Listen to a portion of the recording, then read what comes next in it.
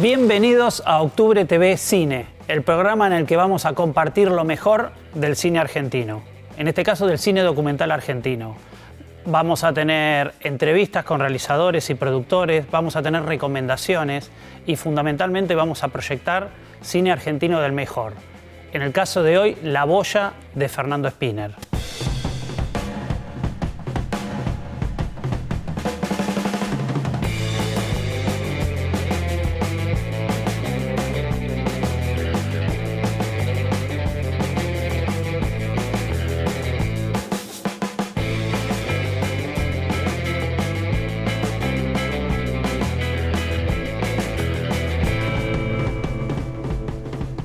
Son pocas las posibilidades de ver gratuitamente, acceder a la producción audiovisual argentina de forma gratuita en nuestros televisores o en nuestras computadoras. Una de las mejores formas es la plataforma de Octubre TV. Ahí hay un material que de algún modo dialoga con la película que vamos a ver hoy. Es el documental Kroll de Verónica Schneck, un documental sobre la carrera histórica Santa Fe Coronda, una carrera de aguas abiertas donde se juega un poco la interna en que los nadadores dicen no tener el reconocimiento que tienen los nadadores de pileta, los nadadores de piscina, los olímpicos. Esa carrera es una carrera histórica que mucho tiene que ver con el cruce entre la historia argentina, la historia del peronismo y también la historia del feminismo, en función de que su protagonista es una mujer a la que finalmente su familia no la dejaba competir en la década del 50, en la que podría haber trascendido mucho más. Nadadores y nadadoras de aguas abiertas en el río. De eso se trata Kroll de Verónica Schneck.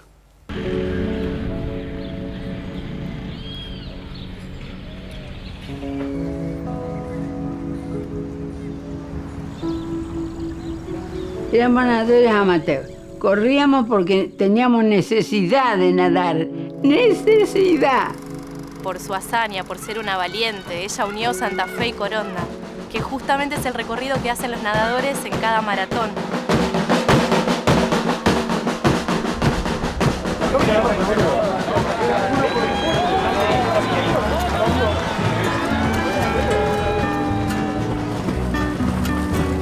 Era un imperativo para nosotros saber nadar, porque estábamos rodeados de agua.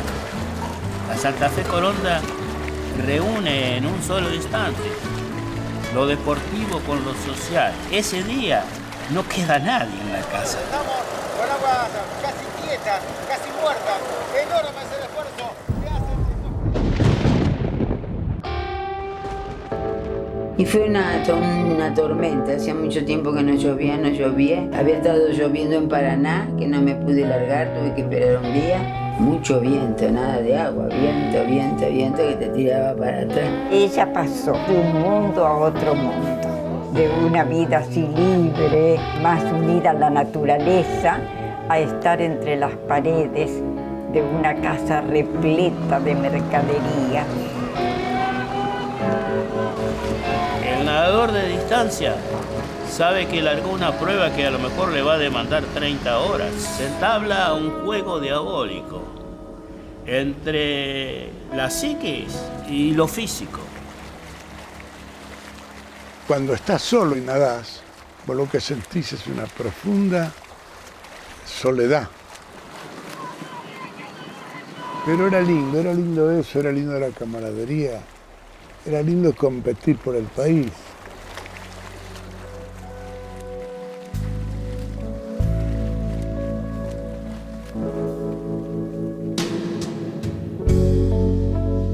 Este es mi salto, voy a nadar.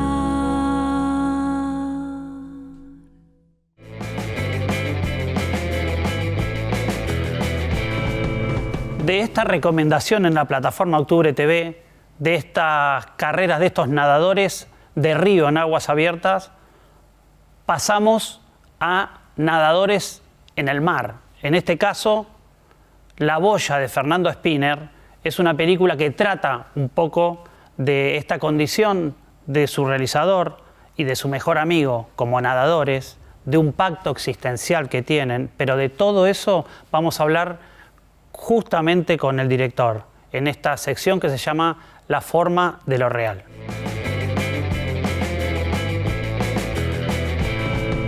Fernando es uno de los directores más prolíficos del cine argentino, no solo por el volumen de su obra, sino por la característica para abordar cada uno de sus films. Ha adaptado a clásicos de la literatura como Roberto Arlt o Antonio Di Benedetto en los mismos términos en que ha partido de ideas propias. Ha trabajado junto a Ricardo Piglia y Pablo De Santis en los mismos términos en los que ha abordado el western gauchesco o la ciencia ficción. Pero posiblemente La Boya, su documental, sea su película más personal, en la que él participa no solo como director, sino como personaje y como narrador, de algún modo, de algo que tiene que ver con su historia geselina. Gracias, Fernando, por estar en La forma de lo real. ¿Es posible que sea La Boya tu película más personal?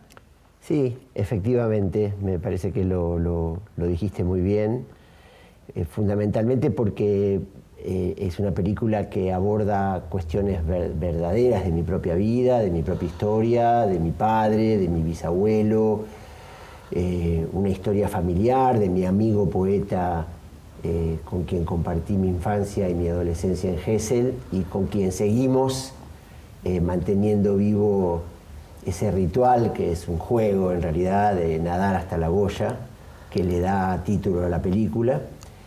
Y también porque fue realmente hacer la película fue un proceso de descubrimiento de muchas de las cosas que se descubren en la película, como la obra poética de mi padre o una historia personal de mis antepasados. Así que sí, creo que es la más personal de todas mis películas, porque se trata de una verdad que llevaba en mí y que a diferencia de en otros casos, que es ir a buscar afuera, en este caso fue ir a buscar adentro mío. Vos de Gesell pasaste a la cinefilia para contar las películas a una bobe, pero también integrás la tríada gloriosa del maestro Fernando Birri y de Manuel Puig estudiando en Chinechita. ¿Cómo fue ese geselino que termina en Chinechita? Bueno, yo había había tenido una pequeña experiencia de estudiar cine cuando volví de Villa Gesell a finalizar la secundaria, con David José Con, un director de la generación del 60, pero fueron 2 clases, lo amenazó de muerte la AAA y tuvo que exiliarse.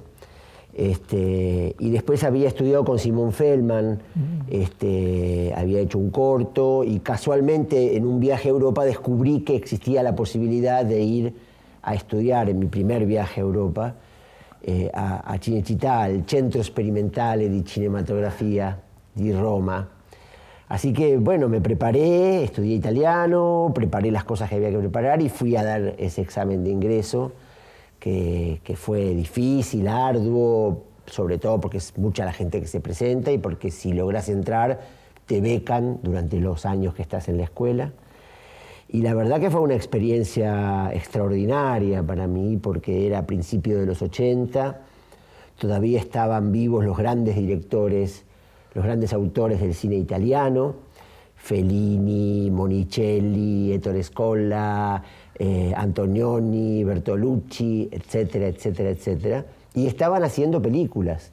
Entonces pude ver como el final de una de las grandes épocas del cine italiano, que fue la comedia a la italiana, el nuevo cine italiano de los 60, y todavía algunos vestigios de lo que había sido el neorrealismo, porque tuve de profesora a Giuseppe De Santis, que fue la segunda camada del neorrealismo, Italiani Brava Gente, etc. Así que fue una experiencia hermosa. Después eso me dio la posibilidad de empezar a trabajar en el cine italiano como asistente de dirección, así que agradecido y feliz de haber vivido esa experiencia.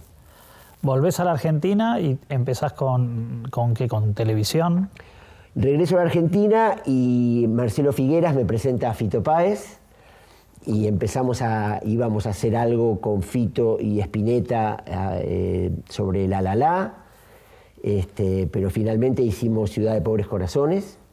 También hice un corto con Spinetta que se llama Balada para un Kaiser Carabela, así que bueno, muy afortunado de cruzarme con estos artistas tan apasionados, tan talentosos y tan importantes para nuestra cultura, ¿no? Así que esa fue mis primeras experiencias a mi regreso.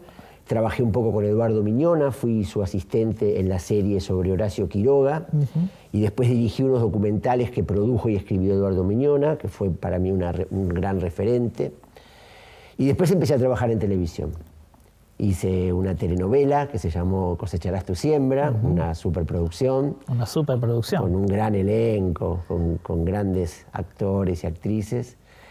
Y después empecé a trabajar en Canal 13, hice Zona de Riesgo, después hice Poliladron, después La experiencia de Bajamar. Nuestra Twin Peaks argentina. Que fue una experiencia de mucha anticipación, porque el concepto es el de las series que se hacen ahora, pero eso era a mitad de los 90, con un gran elenco, con un gran equipo, y con una historia que escribimos con Pablo De Santis y con Fabián Bielinski, que también fue director asistente y dirigió la segunda unidad. Así que fue una experiencia de televisión superlativa, hecha en 16 milímetros. Para entender por qué, para Fernando Spinner, Villa Gesell es un gran set en el que se siente cómodo, es que vamos a ir a una tanda y después seguimos con Fernando Spinner para compartir La Boya.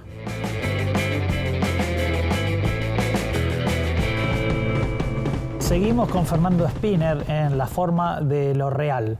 Habíamos quedado en que Villa Gesell para vos era un gran set en el cual estás trabajando actualmente. O sea, La Boya tiene relación con en qué andás hoy. Sí, filmamos en noviembre una nueva película que continúa de alguna manera La Boya. Espero que sea la segunda de una trilogía.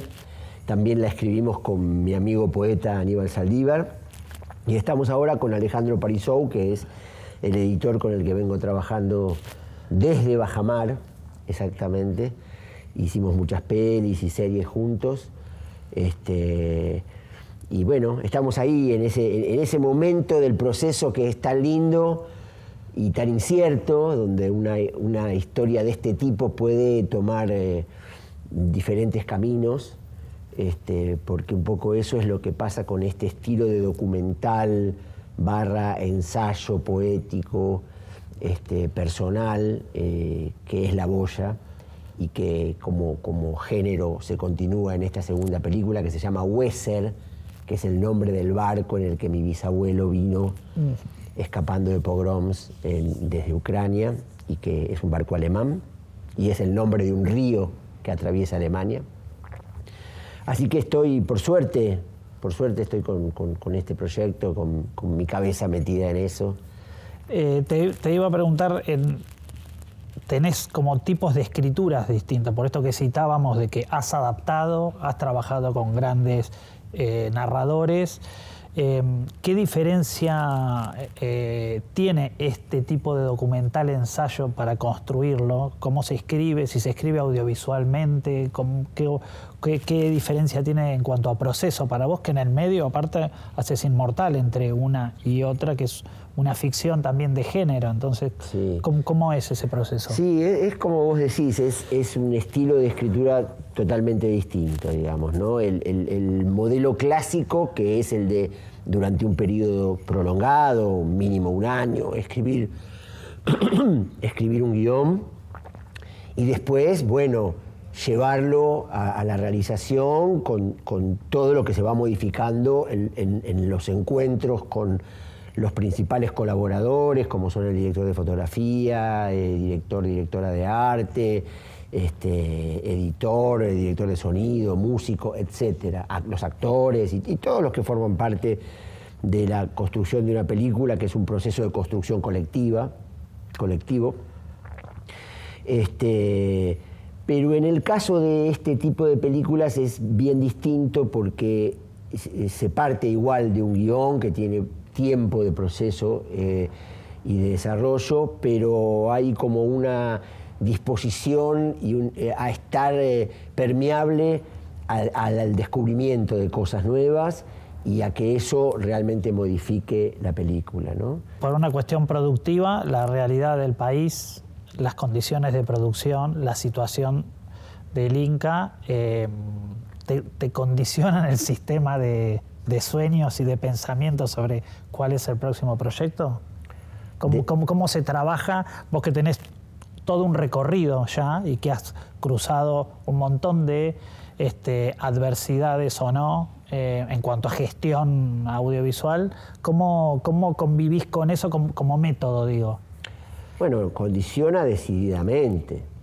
O sea, esta película que yo estoy haciendo ahora, que pude hacer en noviembre, es la única película que puedo hacer. No podría hacer otro tipo de película en estas condiciones, de manera independiente, con mi pequeña productora, como lo he venido haciendo. Prácticamente te diría que todas las películas que hice las pude hacer gracias a la existencia del Inca. Si no, hubiera sido imposible. El otro día escuchaba un alegato en diputados en defensa del cine argentino, en donde decían que este era de los pocos lugares donde no era necesario ser millonario para dirigir películas. Y recuerdo el primer día de clase en el Centro Experimentale, mi profesor de dirección, Gianni Amelio, un director muy conocido, que te diría hoy de los más importantes vivos que hay en Italia, lo primero que nos dijo es: esta es una profesión para millonarios. Si hay alguno de ustedes que no lo es, bueno, puede ir yéndose. Así que, bueno, sí, decididamente pude hacer las películas que hice gracias al Inca, que es importante destacar que el Inca ayuda a financiar en un porcentaje las películas que hacemos, que siempre ha habido inversiones privadas, sin las cuales no hubiera podido hacer las películas, y que además ese dinero que el Inca aporta a una producción hay que rendirlo de una manera muy estricta, en etapas. Realmente, además hay que destacar que los proyectos en el Inca son considerados de interés o no por personas del cine, directores, actores, técnicos, guionistas, que pertenecen a entidades que los nuclean. Por lo tanto, es un mecanismo muy democrático, muy abierto, y que, bueno, lamento profundamente este ataque que está habiendo al cine y a la cultura en general, y desde mi lugar de director, triste por no poder pensar hoy en un proyecto mínimamente de ficción y con una mínima solvencia productiva, ¿no? Además, hay que decir que entre las cosas que se están destruyendo, se está destruyendo el cupo de pantalla. Por lo tanto, ya las salas no tienen más obligación de estrenar cada una cantidad de películas extranjeras, una película argentina, mecanismo sin el cual grandes cinematografías no existirían, como la francesa, como la coreana, etcétera, etcétera.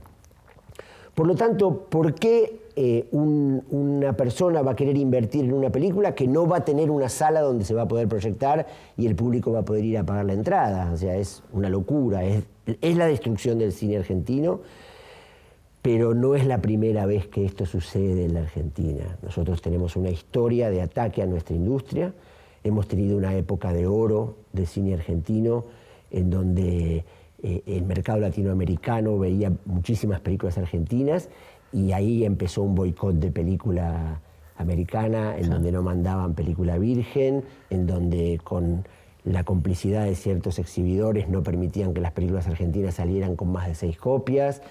Y bueno, y después ni hablar en las épocas oscuras, en el golpe del 55, hubo un año donde no se estrenaron películas argentinas, dejaron de filmar directores como Torres Nilsson, como Hugo del Carril, como Fregonese, Lucas de Mare, etcétera, etcétera.